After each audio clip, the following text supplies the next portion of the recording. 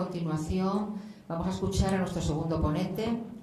Es don Rafael Paya Aguirre, desde el año 2010, fiscal delegado de delitos informáticos en la Fiscalía Provincial de Cádiz.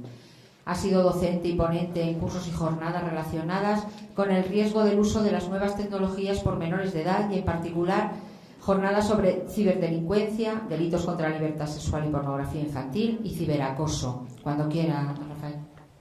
Que se quedasen ahí en el tintero por mi culpa. En primer lugar, quiero agradecer que me hayan invitado a participar en este congreso, en este foro. Para mí siempre es muy interesante, tanto desde el punto de vista de la ponencia como interviniente. Y en ese agradecimiento va implícito el contenido de mi intervención. Según me dijo la directora general, esa invitación se basó en una intervención que a su vez tuve parecida, aunque de 2 horas, en Cádiz, donde hablaba sobre todo de lo que es mi especialidad, los delitos informáticos y la vinculación que ello tiene tanto con los menores como con la violencia de género. Cada vez más vinculación y más unión. Por ello voy simplemente, dado el límite de tiempo, a trazar unas líneas generales de lo que quiero transmitir, a plantear algunos problemas y algunas preguntas generales a efectos de generar cierto debate y un poco pues, a hablar de mi libro. Hablar de mi especialidad, donde creo que es donde dentro de mi trabajo puedo marcar cierta diferencia, y la primera idea que transmito siempre es que mi intención, en la mayor humildad y en la mínima posibilidad que tengo de ello, es que ese marcar la diferencia pueda transmitirse a todos los estados o a todas las fases que forman parte de una agresión de este tipo, desde el momento inicial hasta el momento final, tanto como ha dicho Alejandro en lo que se refiere al tratamiento del autor, como en la reparación del daño causado a la víctima, muchas veces de imposible reparación, pero en la medida de lo posible facilitar ese proceso que queda fuera de mi ámbito de actuación, que se limita al proceso penal. Esa reparación es mucho más compleja de lo que puede fijar una sentencia, de lo que puede fijar un escrito de acusación del Ministerio Fiscal. Entonces, ese marcar la diferencia que yo observo en mi especialidad, cuando yo, por ejemplo, cojo personalmente una instrucción por un child grooming o por un delito informático, o participo en un juicio, que noto que esa sucesiva especialización y formación llega a poder marcar la diferencia, creo que debe extenderse a todos los ámbitos, y creo que en ese sentido se está tratando de hacer y se está intentando. En mi especialidad, concretamente, existen numerosos factores que hacen que sea un prototipo de problemáticas que luego pueden observarse en supuestos delictivos en los que no concurra el elemento tecnológico, el elemento electrónico. Nos encontramos con un caldo de cultivo muy apropiado para que se produzcan este tipo de figuras delictivas, un medio, el electrónico, Internet, las nuevas tecnologías, que utilizan los menores en masa, sin ningún tipo de control, con una legislación en lo que se refiere al control del uso de menores que no deja de simplemente señalar objetivos y principios, pero que luego no somete a ningún control la actuación que se está llevando a cabo, con empresas que prestan servicios que están domiciliadas en el extranjero y a las que nuestra legislación no le exige absolutamente ningún requisito de control, de eliminación, ni siquiera de colaboración con la autoridad policial y con la autoridad judicial en el momento en que se produce la investigación de un delito. Nos encontramos con peticiones de datos que quedan en el olvido eternamente, con borrados de datos previos, una intervención masiva de menores, falta de cualquier tipo de control. Cuando yo hago charlas en colegios sobre seguridad de redes sociales, a menores de 13 años, todos tienen Twitter, Facebook, etcétera, etcétera, cuando ninguno legalmente lo puede tener, ninguno de ellos, por supuesto con la colaboración de sus padres. Por supuesto, dando datos falsos en la elaboración de un contrato de naturaleza mercantil, que no deja de ser la apertura de una cuenta en uno de estos tipos de redes sociales, con las dificultades que dar esos datos falsos luego puede llevar a la hora de realizar algún tipo de investigación, de exigir responsabilidad o de pedir simplemente la retirada de unas fotos de nuestro hijo que han sido colgadas sin consentimiento. Si tu hijo no es tu hijo, ¿cómo vas a decir que retires las fotos de tu hijo? Es complicado. En definitiva, muchos factores y la falta de formación luego de todas las personas que en ese sentido rodean a los menores hacen que sea una selva sin vigilantes, sin guardabosques, y por lo tanto un elemento en el que fácilmente se pueden cometer este tipo de delitos, incluidos los de violencia de género, incluido el acoso genérico que podemos llevar al bullying, el acoso de menores por parte de depredadores sexuales, materialización en el grooming, los delitos que luego le siguen, en el happy slapping, en las palizas que luego se graban y distribuyen por internet, ampliando notablemente el daño físico que se ha producido previamente con un daño psicológico que es irreparable, pasado un tiempo, hasta que no pase mucho tiempo. En definitiva, numerosos factores que hacen que ahora mismo, en mi opinión, sea una problemática muy importante dentro de mi especialidad. Entre otras cosas porque en muchos aspectos de esa investigación, de esa reparación, de ese esclarecimiento de los hechos, quedo fuera. Por un lado, no intervengo y por otro lado, tampoco consigo conocer efectivamente cuáles son los factores a tener en cuenta, cuáles son los mecanismos, etcétera, etcétera. Por lo que es otra de las razones por las que, desde un punto de vista un poco egoísta, no voy a dar mucho de mí en tiempo en esta exposición y voy a preferir absorber lo que puedan transmitirme profesionales que sí están mucho más centrados en ámbito educativo, en ámbito asesor, en ámbito de reparación a la víctima, etcétera, casi más que en el ámbito judicial. Habla el título de la charla de lagunas jurídicas y yo estoy del todo de acuerdo con Alejandro. En mi opinión, las lagunas jurídicas siempre se localizan cuando surge una problemática social a la que no se le está dando una respuesta adecuada, hay que cambiar la ley. Yo se lo transformaría, por ejemplo, en el Código Penal, a preguntar por qué no de una vez nos dejan aplicar el Código Penal sin cambiármelo cada 2 por 3. Porque yo encuentro figuras en el Código Penal adecuadas para el enjuiciamiento de todos los hechos delictivos que suelen darse en este tipo de delincuencia, incluida la tecnológica. Puede parecer que hay que adaptar la ley para esta nueva forma de tecnología, etcétera, etcétera. Cuando adaptemos la ley, la tecnología, la forma de cometer el delito ha cambiado totalmente. Ahora hemos regulado un montón de supuestos concretos que parece que ahora no tienen solución o regulación y luego esa regulación no nos servirá para nada, porque el delincuente ha ido evolucionando mucho más rápido, lógicamente, de lo que es capaz hoy en día nuestro legislador de evolucionar.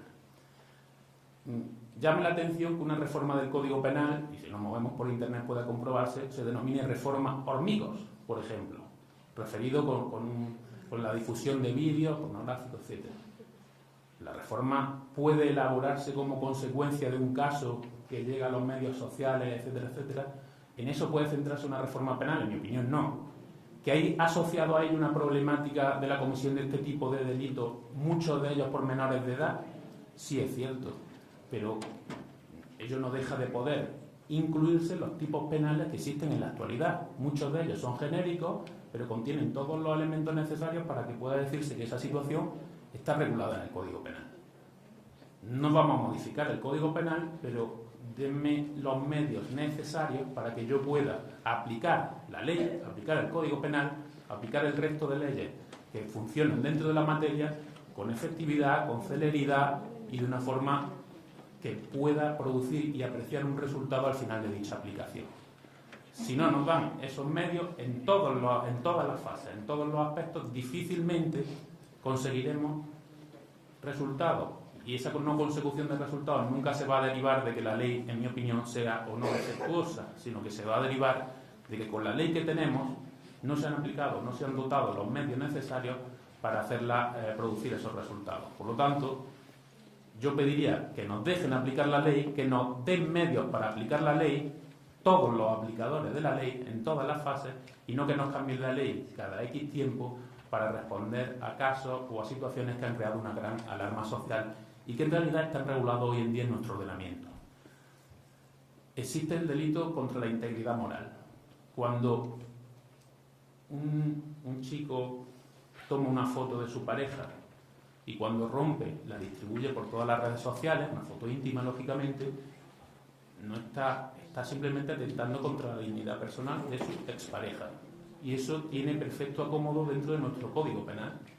Está persiguiendo un resultado, lo está haciendo de forma consciente, dolosa, directamente dirigiendo su conducta o su acción a ese resultado y por lo tanto está cometiendo un delito con todos los elementos típicos. ¿Es necesario crear un nuevo delito que diga que si yo cojo una foto, me la transmite, la paso a no sé cuántas personas? Yo creo que no es necesario dentro de nuestra regulación legal actual. Lo que hace falta es aplicar los tipos que existen en la actualidad. y desencorsetarnos. Sobre todo en delincuencia informática yo aprecio siempre que cuesta mucho desmaterializar las infracciones. Lo que en el mundo físico se observa sin ningún tipo de dificultad, en el mundo virtual cuesta mucho trabajo apreciarlo. Y como decían antes, es un delito de ecuaciones controlar el teléfono móvil, las conversaciones, las redes sociales, los contactos, los no contactos, pero cuando estás dentro de ese mundo virtual cuesta mucho apreciarlo. Si yo tengo una persona en la puerta de mi casa 24 horas al día, no hay nadie que me discuta que eso es un acoso. Pero si yo tengo una persona que va accediendo a mis redes sociales constantemente, aunque no intervenga, simplemente va accediendo, eso ya no es acoso. Se está situando, y hoy en día en los menores, en un ámbito de su vida que hoy en día está casi adquiriendo mayor importancia que el hecho de que se coloquen en la puerta de su casa. Mayor importancia. Y hoy en día es verdad que en la puerta de la casa se pueden cometer delitos muy graves, pero es que en la puerta de nuestras redes sociales se pueden cometer delitos igualmente graves y que llevan aparejadas penas igualmente graves. Se pueden pedir, y lo hemos pedido, más de 200 o 300 años de cárcel para un acosador informático, obviamente, que comete luego infracciones de naturaleza sexual, crea pornografía de menores, etcétera, pero las penas son enormes. Esa desmaterialización no se produce. Luego, esto me lleva a una de las medidas de reparación y de protección que yo creo que es muy interesante y con la que terminaré para generar algo de debate. Pero, en definitiva, ese es el mayor problema que yo observo en la actualidad y lo puedo extender a todos los ámbitos. Confundimos el hecho de que puedan existir lagunas jurídicas con el hecho de que no se esté, en mi opinión, ejecutando de forma correcta la ley y los preceptos legales de los que disponemos en la actualidad. Las figuras delictivas se van sucediendo. Recibimos un bombardeo de términos, todo del inglés, sobre el happy slapping, el fiure, el grooming, el child grooming, el bullying, etcétera, etcétera, etcétera. Y cuesta mucho trabajo traducir eso a nuestro lenguaje jurídico, cuando en realidad es muy fácil. Y es muy fácil porque nuestro Código Penal está hecho con cierta técnica jurídica, con cierta reflexión y con cierta intención. Y llama la atención que se quiera reformar constantemente el Código Penal cuando tenemos una ley de enjuiciamiento criminal que, como dice el presidente del Consejo General del Poder Judicial, es para robar gallinas, pero no por la poca entidad de la infracción que regula, sino porque en la época en la que se ejecutó ese era el delito quizás más que se podía cometer. Es decir, una ley totalmente arcaica. Pero no porque el Código Penal no fije todos los tipos que pueden existir y no porque no se les dé una respuesta adecuada en muchas sedes, sino porque, por ejemplo, todos los problemas de celeridad y de respuesta inmediata de los que hemos hablado pueden derivarse o bien de una regulación obstaculizadora del proceso o bien de una falta de dotación de medios personales y materiales más que evidente en el mundo de la justicia. Dotación de medios, además, que no viene a resolverse nunca. Nunca hay una reforma que diga a partir de ahora y que realmente se plantee la ejecución con eficacia y el atajar con eficacia este tipo de figuras. Se va avanzando, obviamente se va avanzando, se van dando recursos, obviamente se van dando recursos. Una intención directa e inmediata para permitir que exista una respuesta mucho más urgente a estos supuestos, yo todavía no termino de localizarla, porque eso necesariamente tiene que ir acompañado de una dotación personal y material mucho mayor. Y si no se hace eso, difícilmente se va a poder hacer lo otro. Y si lo remitimos y lo limitamos todo a reformar el Código Penal, estaremos cometiendo un error, como se viene cometiendo, que no viene a solucionar absolutamente nada.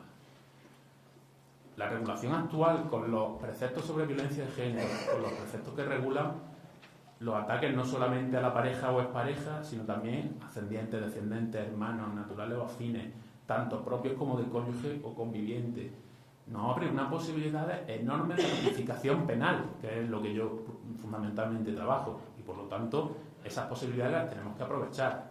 Si luego nos va a valer cualquier tipo de detalle para considerar que no tenemos la conducta incardinada dentro de estos tipos penales, estaremos realizando un flaco favor. La jurisprudencia va avanzando lentamente, pero esa subsunción jurídica la tenemos que llegar a hacer con total claridad y apreciando los tipos penales que tenemos hoy en día. Y se pueden explicar múltiples ejemplos de ello en la figura delictiva. A mí me gusta el delito de child grooming que se ha introducido en el Código Penal. Como siempre pasa, la redacción es absolutamente defectuosa, la redacción del artículo. Pero a mí me ha permitido un ámbito de actuación contra estos depredadores sexuales en el momento inicial de su conducta muy interesante desde el punto de vista penal y desde el punto de vista de evitar que el delito vaya cada vez siendo más grande. Es decir, ya desde las primeras comunicaciones, desde el momento en que se localiza que hay una intención de quedar físicamente con el menor para cometer delito de naturaleza sexual, ya se actúa, ya es delito. Eso antes podía considerarse un acto meramente preparatorio que no estuviese penado por nuestro Código Penal. Aunque, de acuerdo con la teoría que estoy manteniendo antes, sí podríamos incardinarlo en algunos de los otros tipos penales existentes, pero es cierto que es un caso dudoso. Pero el sexting es un delito contra la integridad moral, claramente. O puede ser un delito de coacciones. El acoso a través de las redes sociales es un delito clarísimo de coacciones. ¿Y por qué no se aplica? Porque falta desmaterializar las infracciones. En definitiva, son multitud de aspectos que siempre me llegan al mismo sitio, a la necesidad de formación, a la necesidad de dotación de medios personales y materiales continua y mucho mayor de lo que se está haciendo, y a la necesidad de que se desmaterialicen las infracciones. Siempre yo me planteo varias etapas: la prevención del delito, el enjuiciamiento, la represión del delito con los fines de la pena de prevención general y especial, es decir, de conseguir que no se den en otras personas este tipo de delito y conseguir que el delincuente que ya lo ha cometido no vuelva a hacerlo, y luego en la reparación de la víctima y en la protección de la víctima. En esta fase de protección de la víctima, el factor más importante en mi opinión es la formación continua y la dotación de medios, pero en la fase de protección y reparación, y por lo que atiene o por lo que se refiere a mi libro Los delitos informáticos, yo y la red de delegados informáticos de la que yo formo parte, estamos intentando que en esa desmaterialización se aplique el alejamiento electrónico, sin ningún tipo de duda, porque para mí es ejemplo paradigmático de estos defectos que estoy apuntando. Podemos prohibir a un menor, a un mayor o a cualquier persona acercarse a la víctima, ir al colegio o a un determinado colegio, acudir a una localidad, acudir a ciertos espectáculos, acudir a una provincia incluso. Se puede hasta desterrar de una provincia a una persona en aras de la protección a la víctima. Pero cuando el delito lo cometemos a través de Internet, ya no.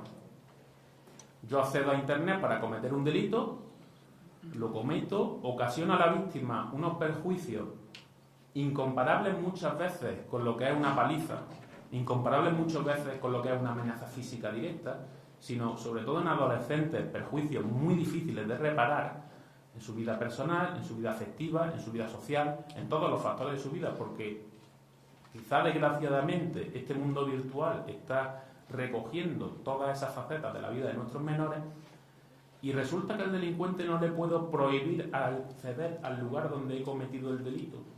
A un pederasta que comete el delito físicamente puedo prohibirle acercarse a cualquier colegio, pero si lo comete por Internet no le puedo prohibir que entre en un chat donde se juega al parchís y donde juegan niños de 9 o 10 años. ¿Por qué no? No le puedo prohibir acceder al medio en el que ha cometido el delito, a Internet. Claro que se lo puedo prohibir.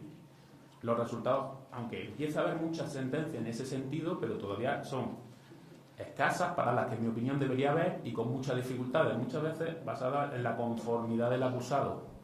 En delitos, por ejemplo, de distribución de pornografía infantil o de posesión de pornografía infantil, en las que es muy frecuente que haya una conformidad porque el ámbito de pena es muy amplio y el juicio es muy infamante para el que lo ha cometido, trata de evitarlo por cualquier medio, suelen conformarse con penas de inferiores a 2 años de prisión. Y ahí estamos aprovechando para intentar meter este tipo de medidas provisionales, de medidas de alejamiento, porque cuando lo hacemos en un juicio abierto, etcétera, etcétera, nos cuesta muchísimo trabajo que sean apreciadas por la autoridad judicial. Hay pronunciamientos de la Audiencia de Álava, de la Audiencia de Madrid, de la Audiencia de Barcelona, que ya lo establecen, prohíben contratar Internet, acceder a Internet, tener suministro de Internet por cualquier forma, acceder o acudir a sitios que tengan por objeto suministrar Internet, webcafé, wifi abiertas, etcétera, etcétera. Yo lo veo totalmente claro la posibilidad de hacerlo, y considero que es una obligación por nuestra parte evitar que este tipo de depredadores, de acosadores, de maltratadores actúen en el ámbito en el que suelen actuar. Un ámbito en el que lo tienen todo a favor, en el que no hay protección, en el que nos cuesta investigar la forma de comisión del delito, etcétera. Bien es cierto que en violencia de género y más en menores el perfil delictivo del maltratador y del acosador se diferencia mucho del que se da en otro tipo de delitos informáticos. Yo no localizo en mi experiencia que que sean expertos informáticos. Hoy en día la informática te dota de medios suficientes para cometer este tipo de delitos simplemente navegando por Google. Y eso nos facilita también la investigación. Pero es un mundo en el que lo tienen todo a favor. Si no vamos nosotros introduciendo dentro de nuestras posibilidades este tipo de medidas que están previstas en el 129 del Código Penal, que de forma muy amplia habla de las consecuencias accesorias, que pueden incluirse en el concepto de alejamiento que recoge el artículo 48, el artículo 57, prohibición de acceder a determinados lugares. Pueden introducirse como medidas de seguridad similares a las que se establecen frente a un loco furioso que internamos en un centro psiquiátrico. Muchos mecanismos para introducirlo y muchas dificultades a la hora de poder desmaterializar ese alejamiento y aplicarlo sin ningún tipo de diferencia. Por lo tanto, quiero plantear eso. Me dirán, es muy difícil controlarlo. ¿Cómo controlo que un hombre se dé de alta a internet llamándose Pocoyo? Pues no lo controlo. ¿Y cómo controlo que una persona, como ha sucedido, no vaya a su pareja, la mate y se suicide? Con esa determinación. Lo único que puedo hacer es protegerla de la mejor medida posible. Proteger a un niño de manera que si yo, por cualquier circunstancia, incluso la casualidad, me doy cuenta de que el depredador sexual está comenzando otra vez a ascender en la pirámide, está comenzando a conectarse, ahí ya tengo un delito. Ahí ya puedo meterle una pena privativa de libertad. Y como consecuencia de ello, pues podremos atajar la posibilidad de que se cometan luego delitos más graves. Y ello dentro de esa desmaterialización.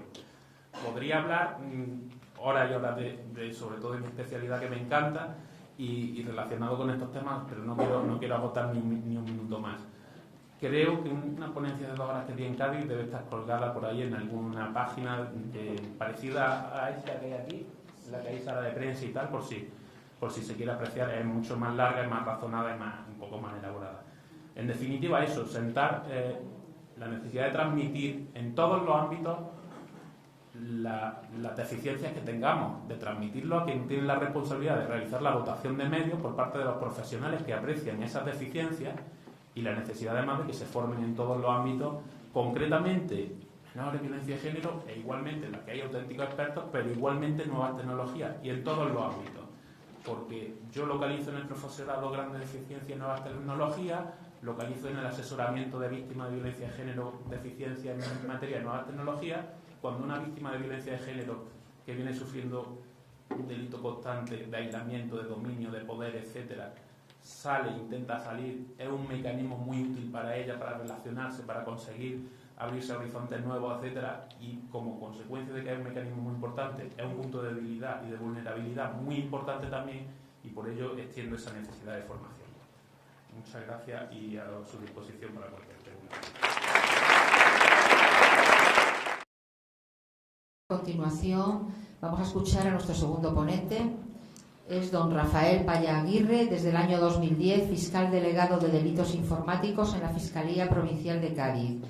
Ha sido docente y ponente en cursos y jornadas relacionadas con el riesgo del uso de las nuevas tecnologías por menores de edad, y en particular jornadas sobre ciberdelincuencia, delitos contra la libertad sexual y pornografía infantil y ciberacoso. Cuando quiera, don Rafael. Que se quedasen ahí en el tintero por mi culpa. En primer lugar, quiero agradecer cada vez más vinculación y más unión. Por ello, voy simplemente, dado el límite de tiempo, a trazar unas líneas generales de lo que quiero transmitir, a plantear algunos problemas y algunas preguntas generales a efectos de generar cierto debate, y un poco pues, a hablar de mi libro, a hablar de mi especialidad, donde creo que es donde dentro de mi trabajo puedo marcar cierta diferencia. Y la primera idea que transmito siempre es que mi intención, en la mayor humildad y en la mínima que puede fijar una sentencia, de lo que puede fijar un escrito de acusación del Ministerio Fiscal. Entonces, ese marcar la diferencia que yo observo en mi especialidad, cuando yo, por ejemplo, cojo personalmente una instrucción por un child grooming o por un delito informático, o participo en un juicio, que noto que esa sucesiva especialización y formación llega a poder marcar la diferencia, creo que debe extenderse a todos los ámbitos, y creo que en ese sentido se está tratando de hacer y se está intentando. En mi especialidad, concretamente, existe una posibilidad que tengo de ello, es que ese marcar la diferencia puede transmitirse a todos los estados o a todas las fases que forman parte de una agresión de este tipo, desde el momento inicial hasta el momento final, tanto como ha dicho Alejandro en lo que se refiere al tratamiento del autor, como en la reparación del daño causado a la víctima, muchas veces de imposible reparación, pero en la medida de lo posible facilitar ese proceso que queda fuera de mi ámbito de actuación, que se limita al proceso penal. Esa reparación es mucho más compleja de lo que hacer. Que me hayan invitado a participar en este congreso, en este foro, para mí siempre es muy interesante, tanto desde el punto de vista de la ponencia como interviniente, y en ese agradecimiento va implícito el contenido de mi intervención. Según me dijo la directora general, esa invitación se basó en una intervención que a su vez tuve parecida, aunque de 2 horas, en Cádiz, donde hablaba sobre todo de lo que es mi especialidad, los delitos informáticos y la vinculación que ello tiene tanto con los menores como con la violencia de género.